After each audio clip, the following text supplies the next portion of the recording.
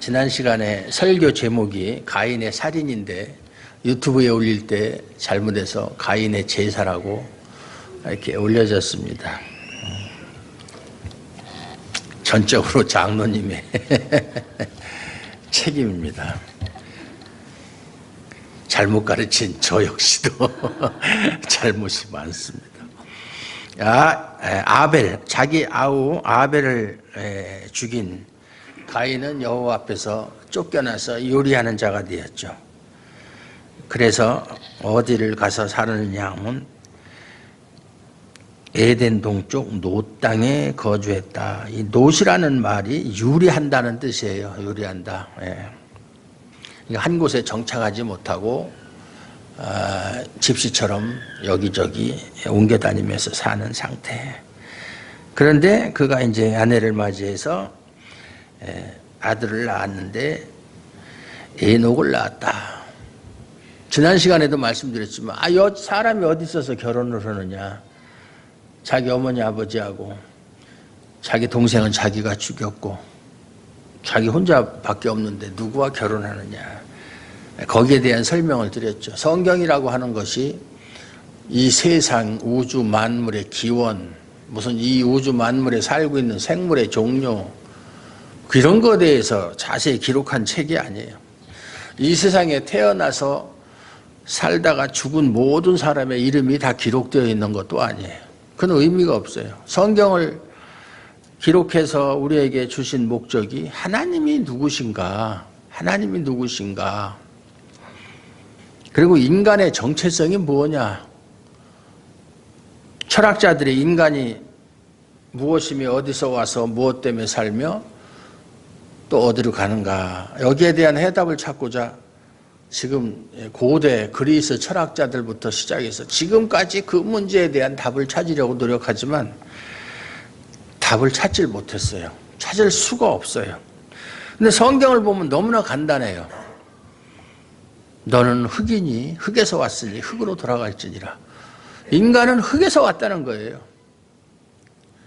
흙이라는 말이 먼지라는 뜻이라고 말씀을 드렸죠. 아파르, 먼지. 너는 먼지에서 태어난 존재다. 먼지로 말미암은 존재다. 그리고 내게서 호흡이 끊어지는 날 너는 다시 그 먼지로 돌아가는 것이 인생이다. 어디로 가긴 어디로 가요. 흙으로 와서 살다가 흙으로 돌아가는 게 인생이에요. 뭐 그거 가지고 수천 년 동안 고민하고 해봤자 성경 한 번만 읽어보면 답이 나와 있는데 그걸 알지 못하고, 하나님을 떠난 인간의 지혜는 너무나 불완전하고 한계가 있어요. 하나님이 주신 지혜로 세상 만물을 바라보게 되면 너무나 분명하게 명명백백하게 드러나는데 그걸 알지 못한다. 그래서 여자가 어떻게 존재할 수 있는가 이런 질문을 하는 것은 상당히 어리석은 사람이다. 하나님은 하나님의 구속 역사를 진행하는 과정에 필요한 사람들의 이름만 말씀하시는 것이지 모든 사람의 이름을 다 거론하는 건 아니다. 우리가 역사도 마찬가지잖아요. 조선 500년, 가깝게 조선 500년 역사. 그 역사 어디에 조선시대에 살았던 사람의 이름이 다 나옵니까? 그리고 사람들이 살면서 여러 가지 일으킨 사건들 있잖아요. 얼마나 많은 사건이 있었겠어요. 별 사건이 다 있죠. 그러나 태조부터 시작해서 순종까지 27대 왕들이 그 일거수일투족을 기록한 실록 시리즈 있잖아요. 태조 실록 시리즈, 세종 실록 시리즈라든가 이런 거. 거기에 기록된 사건들은 아주 중요한 사건들만 기록해 놓은 것이지 모든 사건을 다 기록해 놓은 건 아니다. 사람의 역사도 세상의 역사도 그러하거늘 하나님의 역사를 그렇게 생각하는 것은 참 무지의 소치다, 이렇게 말씀드릴 수 있어요. 제가 몇 년도에 태어나서 학교를 어딜 다니고 학교 다닐 때 무슨 일을 했고 이건 역사가 될 수가 없어요. 제가 그렇게 하는 과정에서 뭔가 세상 사람들에게 큰 영향을 미치고 뭐 그런 일이 있었다면 그건 역사로 기록이 될 수 있어요. 그러나 일상적으로 뭐 누구와 결혼을 했고 뭐 자녀를 얼마를 낳았고 뭐 그런 것은 역사가 될 수가 없어요. 누구하고 싸움을 하고 뭐 이겼던 졌던 학교 다닐 때 시험을 봐서 몇 점을 봐. 이건 중요한 게 하나도 아니잖아요. 역사에 포함되지 않는 것이다. 개인사는 될 수 있을지언정 역사라고는 하지 않는다. 성경 마찬가지죠. 가인이 에녹을 낳았어요. 아들을 낳았는데 성을 쌓았어요. 성을 쌓고 성의 이름을 에녹성이라 했다. 이 성을 쌓는다는 것은 자기 영역을 확보하는 거예요. 성을 왜 쌓겠어요? 여기는 내 땅이야. 함부로 들어오면 안 돼. 여기에 지배권과 소유권은 나한테 있어. 이것을 나타내는 게 성을 쌓는 거예요. 그러니까 옛날에도 보면 성을 탁 쌓아놓고 외부의 침입으로부터 보호하고 그걸 막고 그렇게 하는 게 성의 역할이잖아요. 그래서 성의 이름을 자기 아들의 이름을 따서 지었다라고 하는 것은 자기 아들의 이름을 높이는 거죠. 영웅시하는 거죠.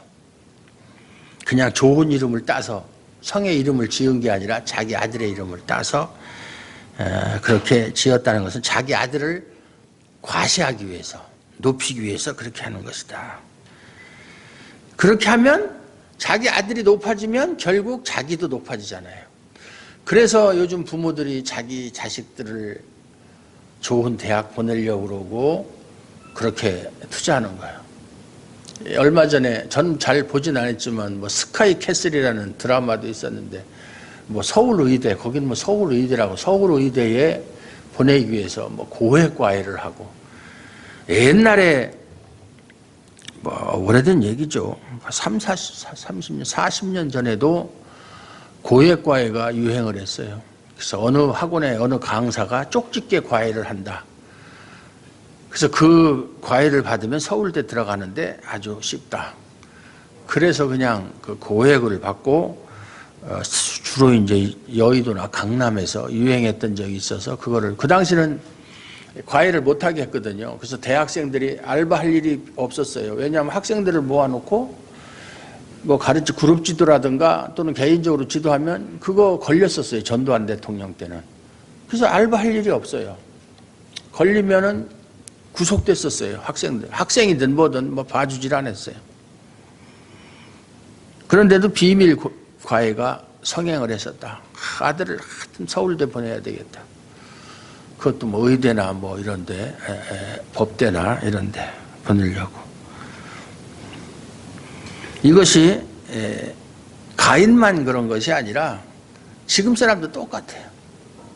세상 사는 사람들 자기 자식을 출세시켜서 더불어서 자기의 자랑거리로 삼고 자기도 남들에게 과시하고자 하는 누구의 아버지다, 누구의 어머니다 이런 소리 듣고 싶어하는 거죠. 이러한 성향이 가인 이후에 태어난 모든 사람에게 공통적으로 내재해 있다. 지금 우리에게도 있어요. 교회를 다니는 사람도 마찬가지예요. 똑같아요.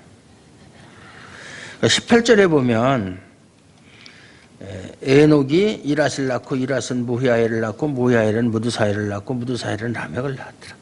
이런 사람 이름 아주 평소에 우리가 잘 발음이 안 되는 성경을 읽어보라 해서 이런 말 발음을 잘못하면 평소에 성경을 안 읽었다는 증거가 돼요. 사람 이름 나오면 헤매고. 가인의 아들 에녹으로부터 시작해서 후손들의 이름이 쭉 나오죠. 끝에 보면 라멕이 나오죠. 라멕. 라멕이 아다와 실라를 아내로 두 여자를 아내로 맞이했어요. 그래가지고 여러 후손을 두게 되는데 야발을 낳았는데 아다는 야발을 낳았는데 그는 가축을 치는 자, 목축업을 하는 자의 조상이 되었고 또 야발의 아우 이름은 유발인데 그는 수금과 퉁소를 잡는 다시 말해서 음악의 조상 조상이 되었고 또 실라가 낳은 두발가에는 구리와 새로 여러 가지 기구를 만드는 자가 되었다. 구리와 세로. 이때가 몇 년도인지는 정확하게 알 수 없지만 우리가 역사를 배울 때 뭐 청동기 시대, 그 다음에 석기 시대, 청동기 시대, 철기 시대 이렇게 쭉 내려오는데 그 역사가 그렇게 길질 않은데 이때에 구리와 세로 여러 가지 기구를 만들었다. 구리와 세 그러면 벌써 청동기 시대라는 얘기인데 청동은 구리와 주석. 여러분이 쓰는 밥그릇을 쓰는 옛날 사람들이 쓰던 유기그릇 있잖아요. 녹그릇. 그게 구리 78%에 주석 22%를 합금한 거예요. 노쇠. 예. 노쇠 그릇이 요새 아주 인기가 많아요. 왜냐하면 아주 웰빙에 관심이 많아서 거기에다가 음식을 담아 먹으면 보냉 효과도 뛰어나고 또 여러 가지 그 세균으로부터 보호한다. 그래서 그 0157인가 0517 그 균이 있죠. 그 균을 녹그릇에 담으면 싹 죽어버린다는 거예요. 그래서 사람들이 그걸 하는데 옛날에는 뭐 유기를 쓰다가 요새는 뭐 사기 그릇 나오고 그러니까 인기가 없어서 공장들이 많이 없어졌는데 요새는 다시 인기가 아주 있어가지고 저도 그런데 관심이 많아요. 저는 이 철로 뭐 칼 뭐 이런데 이렇게 참 관심이 많고 그런 걸 되게 좋아한다고 그럴까요? 성격상. 그래서 우스운 얘기지만 옛날 제가 초등학교 다닐 때 우리 어머니가 이 사주관상을 잘 보는 사람이 동네에 왔다. 그래서 이제 그 부모들은 꼭 자기 자식들이 장래가 궁금한 거야. 자기들은 뭐 별 이제는 큰 소망이 없고 그랬더니 저를 데리고 가서 그 관상장이한테 관상을 보게 했더니 그분이 하는 얘기가 얘는 철을 다루는 직업을 가져야 된다. 철을 다루는 직업이 뭐냐면 군인이나 경찰을 해야 성공할 수 있다. 성공은 개뿔 무슨. 네. 그런 거 너무 거기에 저기 할 필요가 없어요. 물론 뭐 제가 세상적으로 살았으면 또 어떻게 됐을지도 모르지만 그건 전혀 근거 없는 소리고요.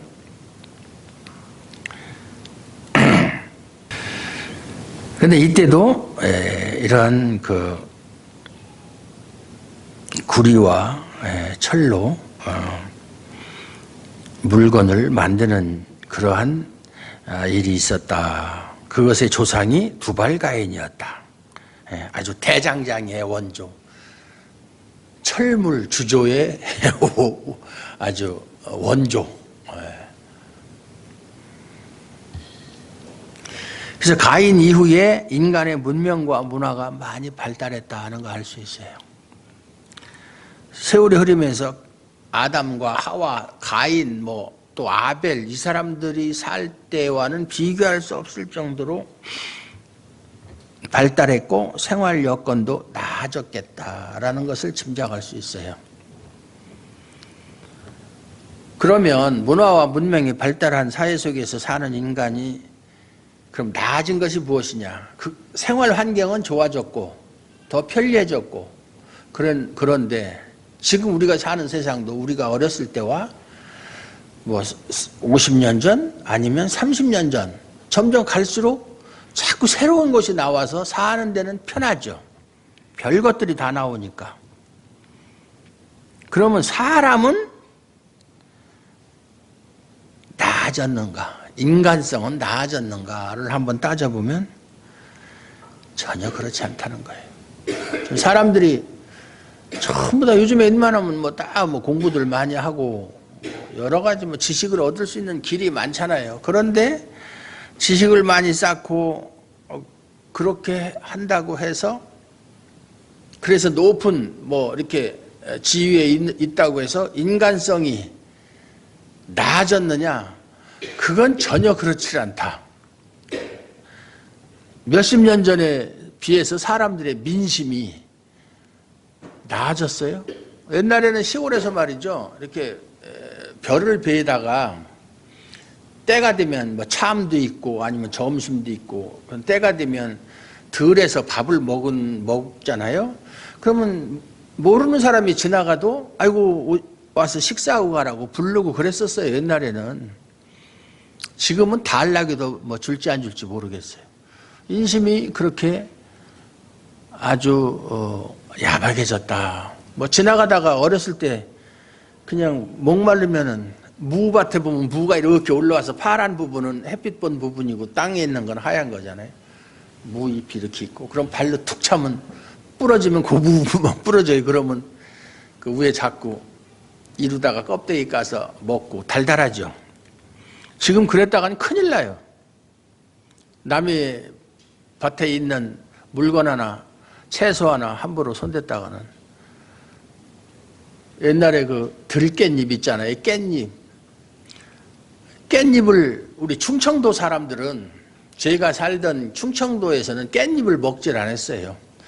근데 요새는 콩잎도 먹고 안 먹는 게 없더라고요. 깻잎을 장아찌로 만들어서 먹은 적은 있는데 생깻잎을 먹은 적은 없거든요. 근데 그거 탐스러우니까 그거 좀 또 맛도 있고 요즘 사람들은 뭐 고기 먹을 때도 먹고 그거 남의 밭에 가서 몇 장 따가지고 손해배상하고 뭐 그런 적도 있어요. 이게 법적으로는 절도니까 그만큼 옛날 같으면 아이고 따가세요 그러는데 그렇게 시골 인심도 야박해졌다. 인간성이 상실됐다. 그걸 증거죠. 23절을 보면 라멕이 아내들에게 이르되 아다와 실라여 내 목소리를 들으라. 라멕의 아내들이여 내 말을 들으라. 나의 상처로 말미암아 내가 사람을 죽였고 나의 상함으로 말미암아 소년을 죽였도다. 그러니까 자기에게 피해를 준 것은 소년이고 뭐하고 할 것 없이 가리지 않고 복수를 했다는 거예요. 그만큼 악해졌다. 자기 조상 가인보다도 더 악한 성향이 나타난다 이 말이에요. 가면 갈수록 사람들이 더 순화가 되고 그래야 되는데 더 악해졌다. 알 수 있어요. 그래서 그러면서 가인을 위하여는 벌이 7배일진데 라멕을 위하여는 벌이 77배로다. 이게 무슨 얘기냐면 하나님께서 가인을 보호하기 위해서 아마 너를 죽이는 자는 벌을 7배나 더 할 것이다 그랬는데 그 말을 인용해서 이 사람은 라멕은 나를 죽이는 자는 77배의 벌을 받을 것이다. 이렇게 자기를 나는 나에게 해를 끼치는 사람이 있으면 상대가 누가 됐든지 어린애가 됐든 어른이 되었든 남자가 됐든 여자가 됐든 가리지 않고 반드시 복수하겠다라는 복수심을 드러내는 말이에요. 이것은 지금 우리가 살고 있는 이 세상에 너무나 많이 하는 거잖아요. 뭐 복수가 아니라도 뭐 별일 다 있잖아요. 돈을 빌려줬는데 돈을 빌려준 게 아니라 자기가 아는 사람의 아들이 대출을 받는데 보증을 서줬어. 집을 담보로. 아들이 안 갚으니까 은행에서는 보증인이니까 갚아라. 돈이 어디 있어요. 못 갚으니까 경매에 넘기겠다. 결국은 경매에 넘어가니까 그 친구 아는 사람 찾아가서 얼굴에다 기름을 뿌리고 불을 붙여버린 거예요. 참 잔인하죠. 물론 그 마음은 이해할 수 있어요. 오죽하면 그렇게 했겠나. 얼마나 경제적인 압박을. 집도 날라갔어요 결국은. 그러니까 참 정신적인 고통이 말할 수 없겠죠. 근데 상대방들은 돈을 줄 생각은 하지도 않고 참 열불나는 거죠. 그래서 그런 것은 이해를 하지만 방법이 너무 잔인했다. 그래서 4년은 받았어요. 집 잃고 징역가 4년. 이런 일들이 비일비재하잖아요. 엊그저께 부산에서 여자 대학생이 집에 가는데 뒤따라가서 핸드백 뺏으려고 목 졸라 살해하고. 핸드백만 뺏으면 되지. 여러분들 특히 여자분들 혹 이렇게 길에 가다가 밤에 자기가 들고 있는 물건을 뺏으려면 얼른 주세요. 그 잘못하면 죽어요. 죽는 것보다 낫잖아요. 그리고 돈 많이 갖고 다니지 말고. 요새는 뭐 돈 많이 안 갖고 다니죠. 카드 가지고 다니니까. 무조건 주는 게 좋아요. 얼른 주세요. 얼른 주면 그 사람은 사람을 죽이는 게 목적이 아니고 금품을 빼앗는 게 목적이기 때문에 주면 얼른 갖고 도망간다고요. 괜히 돈 몇 푼 아끼려다가 하고 될 수 있으면 범인과 얼굴을 마주치면 안 돼요. 그러면 범인은 이 사람이 내 얼굴을 봤기 때문에 나중에 살려주면 경찰에 신고하겠다 해서 죽이는 경우가 있어요. 그러니까 범인 얼굴을 보면 안 돼요. 돌아서서 이야기하고, 나 당신 안 봤어. 안심해도 돼. 경찰에 신고 안 할 거야. 우리 목사님이 그렇게 하라고 그랬어. 뭐 이런 얘기는 안 해도 되지만 지혜스럽게 대처를 해야 돼요. 작은 손해를 면하려고 큰일을 당하는 수가 있다. 아까도 보니까 세종경찰서장이 편지를 하나 보냈더라고요. 그러면서 교회에 설교 끝나고 나서 꼭 광고를 해달라. 요즘에 또 교통사고도 많이 나고 그러니까 밤에 나갈 때 밝은 옷을, 컴컴한 이런 옷을 입고 나가면 안 보이잖아요, 밤에. 밝은 옷, 노란색 옷이나 이런 밝은 색깔 옷을 입고 횡단보도 건널 때는 좌우를 잘 살피고 건너고, 또 고령자는 될 수 있으면 운전을 삼가는 게 좋고, 운전면허증 발라보면 차비도 준다고 그러더라고요. 그런데 이러한 보복심이 오늘날 인간에게 그대로 더 몇십 배로 증가해서 나타나고 있다. 우리가 기억해야 하는 것은 수천 년의 세월이 흐른 지금에도 람에게 안에 있는 그런 인간의 성향은 달라지지 않고 그대로라는 것이다. 그대로예요. 달라지질 않아요. 세월이 흐르면서 문화와 문명이 얼마나 많이 발달했어요. 과학 발달하고 의학 발달하고. 지금은 웬만한 수술은 절개 안 해요. 다 복강경으로 수술하고, 뭐 별로 뭐 뇌 수술하는데도 뭐 허벅지에 혈관으로 해서 이렇게 찾아 올라가 가지고 수술하고, 이렇게 의학도 많이 발달했어요. 그리고 그것뿐만 아니라 사람들에게 그 인격을 수양할 수 있는 여러 가지 가르침이 많이 있었죠. 그게 바로 종교예요. 그래서 종교들은, 이 세상에 있는 종교들은 나름대로 진리를 가지고 있어요. 그것을 기독교적으로 해석을 하면 진리의 파편이다. 다른 종교는 진리가 없는 게 아니에요. 다 있어요. 제가 스님들하고 이야기하기를 좋아하는데, 절에 가면, 아주 유명한 절에 가면 절의 주지가 제일 높죠. 근데 주지를 하다가 그만두면, 연퇴를 하면 그 스님을 방장 스님이라고 그래요. 방장 스님. 뒷방 늙은이가 되는 거예요. 나이도 많고. 근데 그 사람은 주지를 거치고 그랬기 때문에 아주 경험이 많죠. 그러니까 누구 찾아오는 사람도 없어요. 왜냐하면 실세가 아니니까. 그런데 그런 데 가서 주지를 만나서 이야기하는 것은 힘들고, 방장 스님한테 찾아가면 그 스님도 좋아해요. 심심한데 자기를 찾아와서 이야기를 해주는 사람이 있으니까 좋죠. 그러니까 여러 가지 좋은 얘기를 많이 해줘요. 그럼 그분들이 하는 얘기가 다 엉터리인가요? 아니에요. 진리 많아요. 다만 우리가 꼭 필요한 기독교적인 진리, 인간은 죄인으로 태어났고 죄 가운데 살다가 죄로 말미암아 죽을 수밖에 없는 존재라는 거. 그래서 그 죄의 문제를 해결하기 위해서는 우리 인간의 힘으로는 불가능하고, 하나님의 은혜인 예수 그리스도의 십자가를 바라봐야 되고 그걸 믿는 일밖에 없다. 이런 건 모른다고요. 그게 진짜 진리인데. 그러나 진리의 파편들은 많이 있다. 사람이 어떻게 살아가야 되고, 인간관계는 어떻게 하는 것이 좋고, 이런 문제가 생겼을 때 어떻게 해결하는 게 좋다. 요새 TV에서도 무슨 스님, 젊은 스님도 그 이름이 갑자기 생각이 안 나는데 그 얼굴도 잘생기고, 그 스님 뭐 하버드 대학 가서 공부도 하고 뭐 이렇게 공부도 많이 한 그런 아주 인기 있는 스님들이 있잖아요. 그 사람들 말하는 거 들어보면 아유, 목사들보다 말 더 잘해요. 그런데 그 말을 잘하고 못하는 게 중요한 게 아니라, 이제 진짜 진리는 없죠. 진짜 진리는. 진리의 파편은 있어도.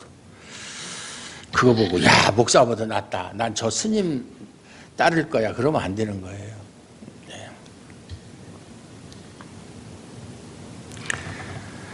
공자도 말하기를, 사람이 아침에 도를 깨우치면 저녁에 죽어도 족하다. 이런 말을 했어요. 그래서 바르게 가르침을 받고 진리를 깨달으면 인간이 달라질 것이다 라고 생각한 것이 바로 종교예요. 종교. 얼마나 많은 종교가 있습니까? 그 TV에 보면 정산도에 사는 그 방송도 있어요. 천주교도 있고 기독교도 있고 정산도. 옛날에 저희 부모가 그 대순진리회를 믿었기 때문에 그게 정산도하고 같은 뿌리거든요. 정산도의 교주가 강정산이고 대순진리회의 교주는 조철제라고 강정산의 제자예요. 그러니까 사상이 같아요. 근데 그 사람들이 말하는 것 중에도 진리는 있어요. 좋은 교회는 나름대로 진리를 가지고 있다. 그런데 인간의 내면에 담긴 것을 보면 인간은 결코 달라지지, 좋은 교를 가졌든 안 가졌든 달라지질 않는다. 가인의 성품, 라멕의 성품 그대로다. 더 가면 갈수록 심해진다. 따라서 이러한 인간이 존재하는 세상이 달라지고 아름답게 되기를 원하는 생각이 헛된 생각일 수밖에 없다. 그 말이에요. 사회가 더 좋아져. 아무리 정치를 잘하고 제도를 만들고 법을 만들고 암만 그래도 교육 정책을 마련해서 좋은 교육을 시키고 해도 인간은 달라지지 않아요. 달라지지 않은 거예요. 우리가 눈으로 보는 일이잖아요. 그러니까 이 세상에서 뭐 이상향을 꿈꾸는 그것은 헛된 꿈에 지나지 않는다. 하나님은 처음부터 범죄한 아담과 하와가 범죄한 이후에 태어나는 모든 사람에게 사람을 달라지게 해서 사람을 바꾸어서 새로운 세상을 만들려는 그런 계획은 없었어요. 만약에 그렇게 해서 인간을 구원하고자 했으면 예수님을 보낼 필요가 없었죠. 그리고 가인이 죽인 아벨 대신에 다른 씨, 셋인데 셋을 주시는 일도 없었을 거예요. 가인과 그의 후손을 잘 가르쳐서 하나님의 마음에 드는 사람으로 만들면 하나님의 뜻이 이루어지는 것이기 때문에 그렇게 하셨을 거예요. 그런데 그렇게 하지 않으셨어요. 예수님을 보내셨는데 예수님을 보내셨다는 말의 뜻은 인간에 대해서 포기하셨다 그런 뜻이에요. 인간 스스로는 아무것도 할 수 없는 존재이기 때문에 그 인간에게 어떤 기대와 희망을 가지지 않았기 때문에 예수님을 보내신 거예요. 그걸 아셔야 돼요. 그러므로 인간이 무슨 일을 이룬다고 해도 하나님이 보실 때는 다만 심판의 대상일 뿐이라는 것을 잊으면 안 돼요. 제 설교를 들으면 상당히 비관적입니까?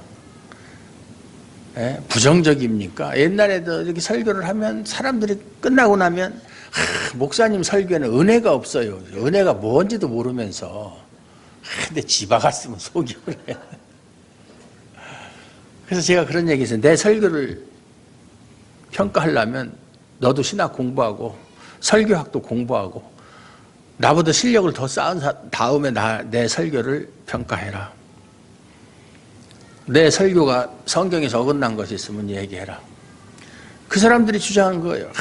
일주일 동안 세상에서 이런저런 일로 인해서 마음도 피곤하고 몸도 피곤하고 위로를 받고 싶어서 교회에 왔는데 목사님은 계속 부정적인 소리만, 인간은 소망이 없다 이런 소리는 하고 책망하고, 그러니 무슨 재미가 있겠습니까? 위로를 하고 그 정도면 잘하는 거야, 그 정도면 천국 갈 수 있어, 구원받을 수 있어, 이렇게 위로의 말을 해줘야지. 그런 소리 하는데 찾아가면 될 거 아니야. 그런 소리 하는 목사님한테 가면 될 거 아니야. 나한테는 그런 소리 기대하지 말아라. 제가 그렇게 이야기를 했어요.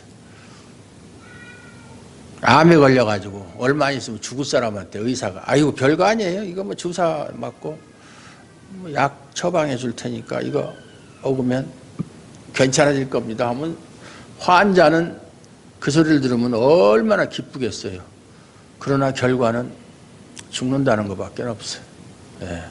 그거는 의사의 참된 의사가 아니에요. 의사는 환자가 아무리 고통을 당하더라도 그 사람을 살리기 위해서 환자가 싫어하든 말든 받아들이든 안 받아들이든 있는 그대로를 얘기해야죠. 당신은 지금 암에 걸렸어요. 수술하지 않으면 얼마 못 삽니다.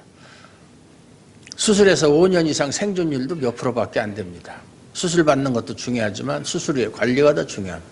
이렇게 얘기해 줘야 돼요. 그게 의사예요. 사람에게 듣기 좋은 소리 한다고 의사예요? 목사도 마찬가지. 그 정도 하면 뭐 다른 사람에 비해서 잘하는 건데 뭐 구원이야 뭐 이미 따놓은 거 아니겠어요? 구원은 받았고 하늘나라에 가서 얼마나 더 큰 상을 받느냐, 그것이 중요하기 때문에 열심히 선한 일하고 교회 봉사하고 목사님 말씀 잘 듣고 목사님 잘 섬기고 그러면 복 받는다. 그러면 그런 소리 듣고는 별로 기분 나빠할 사람이 없어요. 근데 그렇지 않습니다. 우리가 교회를 다녀도 구원받는 사람은 그렇게 많지 않습니다. 이러면 듣기 싫어하겠죠. 그러나 그건 사실이에요. 팩트예요. 제가 항상 하는 얘기지만 옛날에 제가 20대 때 교회 나갔을 때는 교회 다니는 사람은 70, 80%는 구원을 받을 것이다 그랬어요. 물론 100%라는 건 없으니까. 시간이 점점 흐르면서 50%, 30%, 20%, 10%. 지금은 뭐라고 얘기하는 줄 알아? 5%도 될까 말까 한다고 그래요. 5%. 어떤 심한 목사님은 1%나 될까 하는 사람도 있어요. 뭐 그거야 하나님만 아시니까 알 수 없죠. 교회마다의 사정이 다르고. 어떤 교회는 프로테지가 아주 올라가는 교회도 있을 것이고 어떤 교회는 아주 떨어지는 교회이고 이제 평균치를 얘기하는 건데 제 개인적인 생각으로는 5에서 10% 정도는 되지 않을까. 그만큼 심각하다. 옛날 초대교회 때는 신앙생활 한다는 것은 목숨을 걸고 하는 거였거든요. 313년 콘스탄틴 대제가 기독교를 공인하기까지는 얼마나 많은 박해가 있어서 뭐 얼마나 많은 사람들이 순교하고 국외로 추방당하고 재산 몰수당하고 감옥에 갇히고 사자밥에 화형에 뭐 이런 위험을 무릅쓰고 신앙을 가졌기 때문에 그 사람들은 뭐 거의 100% 구원받았다고 볼 수 있죠. 그런데 이제 종교가 기독교가 공인되고 나서는 어중이 떠중이 다 교회에 몰려들다 보니까 구원받은 사람의 그 프로테지를 뚝 떨어뜨리는 거예요. 그 사람들은 세상에서 출세하기 위해서 이제는 교회 안 나가면 자기의 존재를 드러낼 수 없는 시대가 되었기 때문에 자기의 일신상의 유익을 위해서 교회에 나온 사람들이 너무나 많았었다. 지금도 대통령이 뭐 지금 앞으로 어떻게 될지 그건 두고 봐야 알겠지만 황교안이가 만약에 대통령이 된다. 그러면 장관들이고 구현들이고 서로가 다 이제 교회 나간다고 한다고. 그 사람은 장로라고 하는 장로는 아니고요. 대전에 있는 침례교 신학대학원을 졸업했어요. 그래서 교회에서 전도사라고 불러요. 신학대학원을 졸업하면 전도사라고 그러거든요. 침례교 신학대학원. 대통령이 불교 신자다 하면 서로가 다 절에 가려고 그러고. 그게 세상 인심이에요. 하나님은 가인을 죽이는 자는 벌을 7배나 받으리라고 하셨는데 가인을 지키기 위해서 이 말씀을 하신 게 아니에요. 이 말씀을 하신 이유, 가인을 죽이는 자는 벌이 7배다 하는 얘기는 가인을 지키기 위해서 하신 말씀이 아니라 아담의 후손으로 태어난 모든 인간은 가인을 심판할 자격이 없다. 가인을 죽일 자격이 없다. 가인이 비록 죄를 졌어도 그 얘기예요. 왜냐하면 이 세상 모든 사람들이 선악과를 먹은 죄 아래 있는 것이고 아담이 그렇게 했기 때문에 가인처럼 살인을 했든 하지 않았든 상관없이 가인과 동일한 성품의 인간이기에 가인의 죄를 심판할 수가 없다. 그 뜻이에요. 똑같은 사람이라는 거예요. 근데 누가 누구를 처벌하느냐 그 말이에요. 사실은.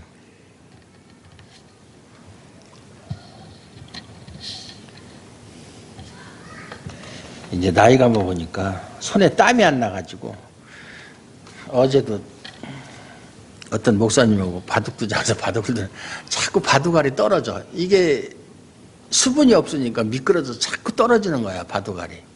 에이 바둑도 다 뒀고 이제 다 됐다 이제. 그렇게 보면 성경이 말하는 용서의 의미도 용서의 의미, 용서라는 게 다른 사람의 죄를 덮어주고 그러는 것, 그렇게 생각하죠. 상대방이 나한테 잘못했을 때 그냥 그 죄를 없는 것으로 해주는 것, 그런 뜻도 있지만은 내 자신에게 나에게 해를 끼친 사람이나 또는 내 자신에게 그 사람을 심판하고 정죄할 수 있는 자격이 없다는 것을 아는 데 있다. 없어요. 입장만 바뀌었을 뿐이지 나도 너와 같은 입장이라면 그랬을 수도 있다. 그렇기 때문에 나도 너를 정죄할 수 없다. 이것을 아는 것이 용서의 시작이에요. 용서의 시작이에요. 그러니까 모든 인간은 용서를 하는 입장이 아니라 용서를 받아야 할 자리에 있는 거예요. 용서를 받아야 돼요. 하나님이 가인에게 표를 주셔서 모든 사람에게 죽임을 면하게 하셨어요. 당연히 죽어야 되죠. 사람을 죽였으니까. 근데 죽임을 면하게 했다. 은혜를 입은 거죠, 가인은 하나님께.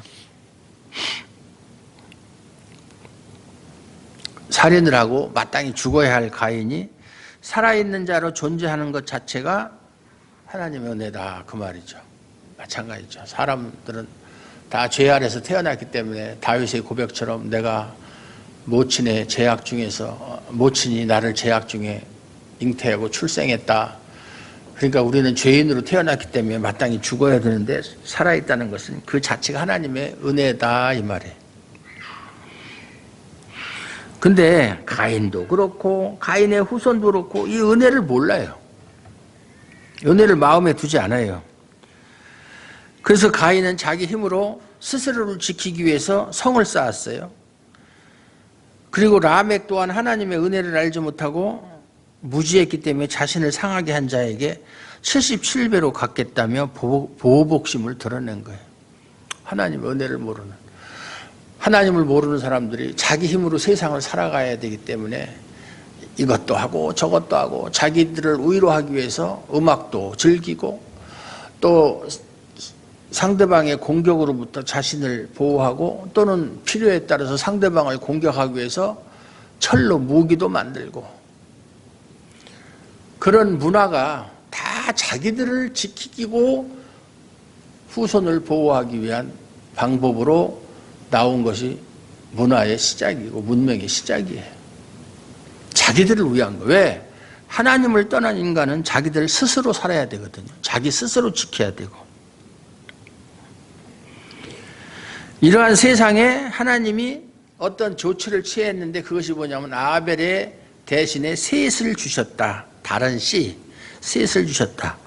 그러면 우리는 셋은 가인보다 나은 사람이냐? 셋이나 가인이나 아벨이나 다 아담의 후손이기 때문에 똑같은 사람들이에요.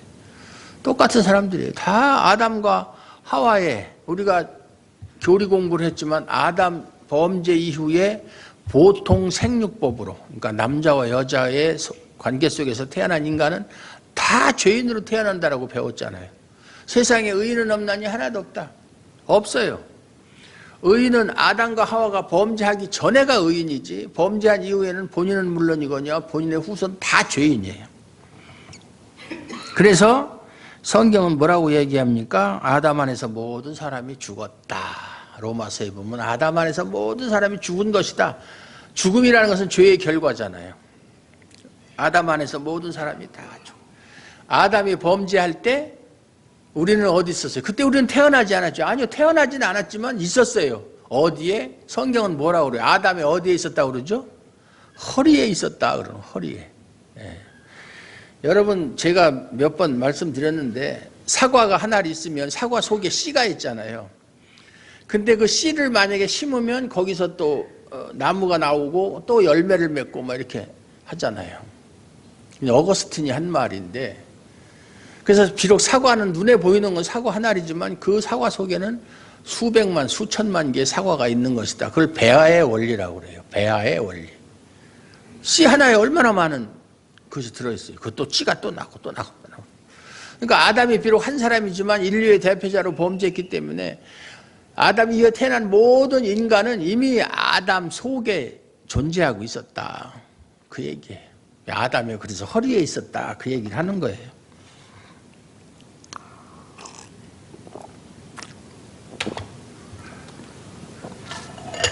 그래서 셋도 마찬가지로 가인처럼 죽은 자로 태어났을 뿐이다. 이것은 죄인으로 태어났다 그 말이죠.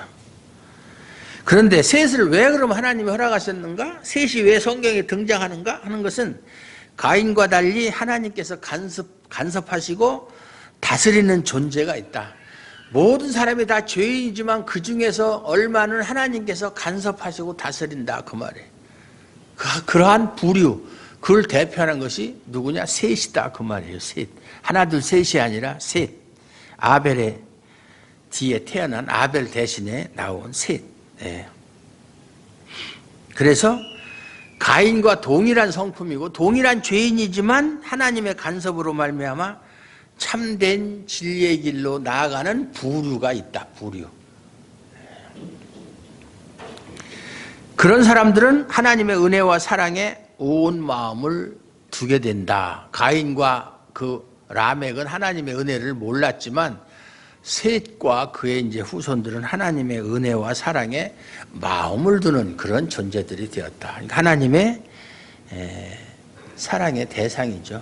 결국 이런 의미로 셋이 26절에 보면 아들을 낳고 그의 이름을 에노스라 하였으며 그때의 사람들이 비로소 처음으로 드디어 여호와 이름을 불렀더라. 그러니까 셋의 후손 중에서 이제는 셋의 아들, 그때의 사람들이 여호와의 이름을 불렀다라는 것은 여호와를 알았더라, 또 하나님의 은혜를 알았더라, 이런 얘기죠. 예. 셋의 그 부류에 속한 사람들은 이제 하나님께서 특별히 다루시는 하나의 범위에 속하는 그런 존재. 그게 교회의 시작이에요. 교회의 시작. 여호와의 이름을 부르는 이것이 가인의 성향으로 가득한 가인의 성향, 복수심. 이 세상에서 우리가 살아가야 할 방식이다. 여호와의 이름을 부르는, 누구든지 주의 이름을 부르는 자는 구원을 얻으리라. 여호와의 이름을 알고 믿고 부르는 것이 가인의 성향으로 가득 찬 인간들 속에, 이 세상 속에서 살아가는 우리의 방식이 되어야 된다 그 말이에요. 예. 그런데 세상에 필요로 하는 사람들은 셋과 같은 사람이 아니라 가인과 같은 사람들이에요. 가인과. 스스로를 지키기 위해서 성을 쌓고 문명과 문화의 발전을 위해서 야발, 유발, 두발가인 같은 사람을 필요로 해요. 하나님이 아벨 대신 셋을 주셨다고 해서 셋이 아벨을 대신해 하나님을 위해 위대한 일을 한 것은 아니에요. 셋이 무슨 일을 했어요? 그냥 뭐 세상을 유익한 것도 아니고 그냥 결혼해서 아들 낳고 사는 것밖에 없어요. 하나님이 아벨 대신에 주었으니까 뭐 큰 일을 한 거 아니에요. 그렇지만 에노스를 낳았을 때 사람들이 여호와 이름을 불렀다. 무엇 때문에 여호와 이름을 불렀는지는 뭐 성경에 정확히 나오진 않았지만 어쨌든 셋이 에노스를 낳은 것을 통해서 하나님께서 일하고 계신다는 것을 알게 되었다는 의미로 이해할 수 있어요. 하나님이 그들을 통해서, 셋과 그의 후손 에노스를 통해서 하나님이 뭔가 일을 하고 계시다는 것을 알았을 것이다 라고 이해할 수 있다. 그래서 하나님의 일은 아벨의 죽음까지도 극복한다. 그리고 성취한다. 아벨은 죽었으면 아벨 입장에서 볼 때는 억울하잖아요. 결혼도 못하고, 결혼했는지 안 했는지는 모르지만은 죽었으니까 잘못한 것도 없이 그 시기와 질투의 대상으로서 형에게 희생당한 사람이죠. 그런데 사실 우리가 생각할 땐 그렇지만 아벨은 억울할 거 없어요. 아벨은 이 세상에 태어나서 자기 할 일을 다 하고 간 사람이에요.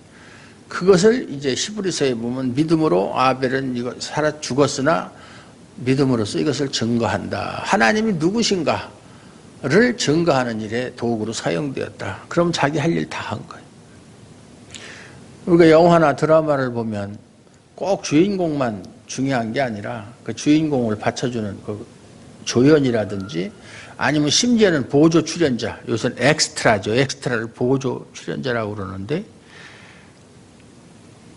그 사람들도 자기 역할을 충실히 하면 되는 거예요. 단 한 장면이 나오든 어떤 사람은 얼굴도 안 나오고 뒤통수만 나오는 사람도 있고, 옛날에 보면 그런 거 많아요. 그래서 얼굴 나오는 사람은 돈을 좀 더 받고 거기다 대사까지 한다 그러면 뭐 돈을 더 받죠. 출연료가 다르죠. 총 맞추면 어머니 하고 죽는다든지. 그래서 자기가 이제 뜰라고 죽었으면 됐는데 또 꿈틀꿈틀 이렇게 움직이면서 하니까는 조감독이 야 빨리 죽어, 빨리 죽어, 너 살아남으면 안 돼. 그런 아주 재밌어요. 촬영하는 거 보면. 요즘 젊은 사람들은 이렇게 그 줄임말을 많이 사용하잖아요. 줄임말. 무슨 말이지? 여러분, 보배가 뭐의 줄임말이에요? 보배. 젊은 사람 얘기해봐. 보배. 힌트를 주자면 젊은 사람들은 이걸 되게 좋아해. 웬만한 사람 다 가지고 있는 물건이야. 특히 어디 여행을 갈 때 꼭 있어야 돼. 뭔지 몰라? 젊은 사람도 모르는데 나는 안단 말이야. 보조 배터리. 그거 없으면 안 되잖아. 보조 배터리 없어? 보조 배터리 있지? 그게 줄여서 보배야. 요즘 젊은 사람들이 그렇게 쓴대.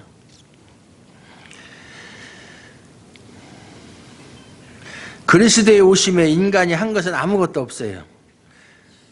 아벨의 죽음을 통해서 하나님께서 약속하신 것이 그리스도의 오심인데, 그리스도의 오심을 위해서 인간이 한 것은 아무것도 없다. 오히려 인간은 방해물이었을 뿐이다.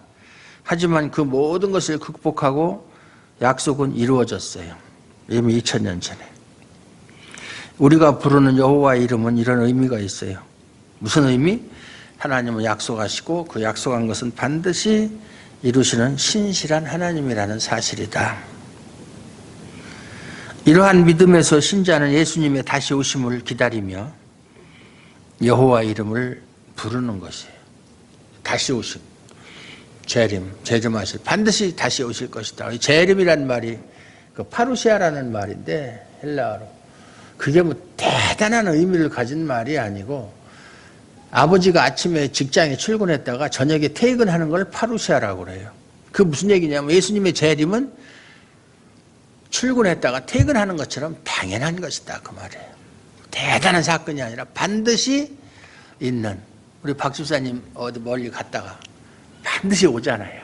새지 않고 옆으로. 새고 싶은 마음은 있을지도 모르겠지만 아유 집에 가면 또 잔소리 들어야 돼. 나 좀 편하게 살고 싶다.